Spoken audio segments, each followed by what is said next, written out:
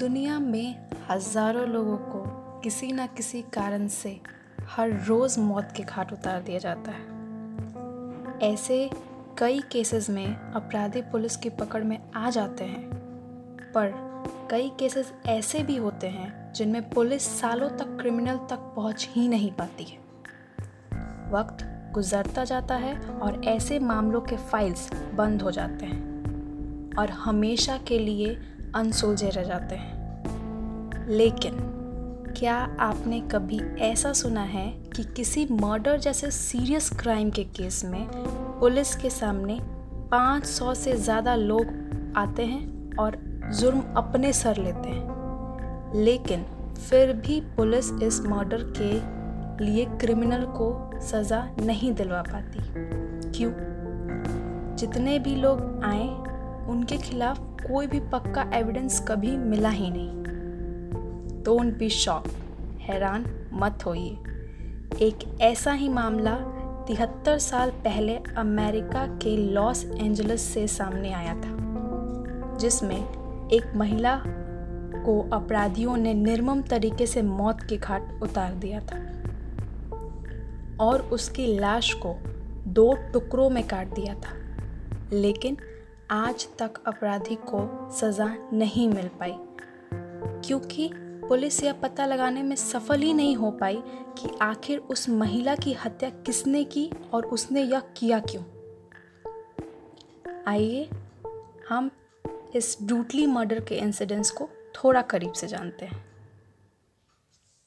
साल 1947 में Los Angeles में एलिजाबेथ शॉर्ट, जिनका निकनेम ब्लैक डालिया था, उनका जन्म 1924 में हुआ। कम उम्र से ही एलिजाबेथ सिनेमा के प्रति दीवानी थी और अपनी किशोर अवस्था में आते आते तक अभिनेत्री बनने का सपना देखने लगी। साल 1940 तक एलिजाबेथ कैलिफोर्निया में आके रहने लगी और हॉलीवुड में अभिनय के लिए एक चांस का इंतज़ार करने लगी तथा अपने सपनों को पंख देने के लिए वो एक वेट्रेस का काम करने लगी। लेकिन 9 जनवरी 1947 को अचानक से सब कुछ बदल गया। एलिजाबेथ ने जो भी सपने देखे थे वो सब खत्म हो चुके थे, क्योंकि एलिजाबेथ शॉर्ट गायब हो चुकी थी। उनके गायब होने के 5 दिन बाद पुलिस को लॉस एंजलिस के साउथ नॉर्दर्न एवेन्यू के ब्लॉक स्थित लीमट पार्क के पास उनकी कमर से नीचे कटी हुई लाश मिली। उनकी हत्या इतनी बेरहमी से की गई थी कि लोगों को उनकी लाश को देख पाना तक मुश्किल हो रहा था। जिसने भी उन्हें मारा था उसने उनके चेहरे को मुंह से कान तक काट दिया था। इतना ही नहीं, कमर से नीचे के उनके शरीर को काटकर 2 भागों में बांट दिया गया था। एलिजाबेथ शॉर्ट की हत्या की शुरुआत में 60 लोगों ने यह बात कबूली कि उन्होंने ही इस ब्रूटली मर्डर को अंजाम दिया है, लेकिन पुलिस ने उन सभी लोगों को छोड़ दिया क्योंकि उनके खिलाफ कभी भी कोई एविडेंस नहीं मिला। इतना ही नहीं, इन लोगों के बाद भी और लोग सामने आते गए और उन्होंने इस क्राइम को अपने सर लिया, लेकिन कोई भी साबित नहीं हो पाया।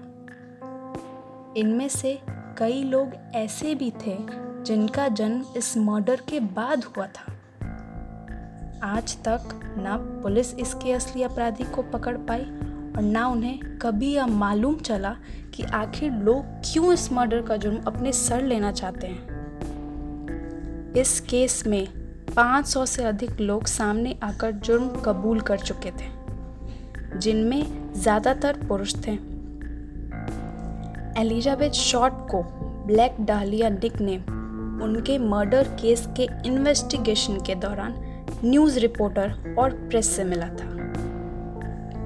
अमेरिका की यह घटना इतनी फेमस हो गई कि 9 अगस्त 2006 को ब्लैक डालिया के नाम की मूवी भी रिलीज़ की गई। इनके मर्डर पे एक र्यूमर भी स्प्रेड है कि उनके डेड बॉडी के चेहरे पे जो उनके कान से मुंह तक चीरे का निशान था, उस निशान से 2008 में रिलीज़ हुई बैटमैन मूवी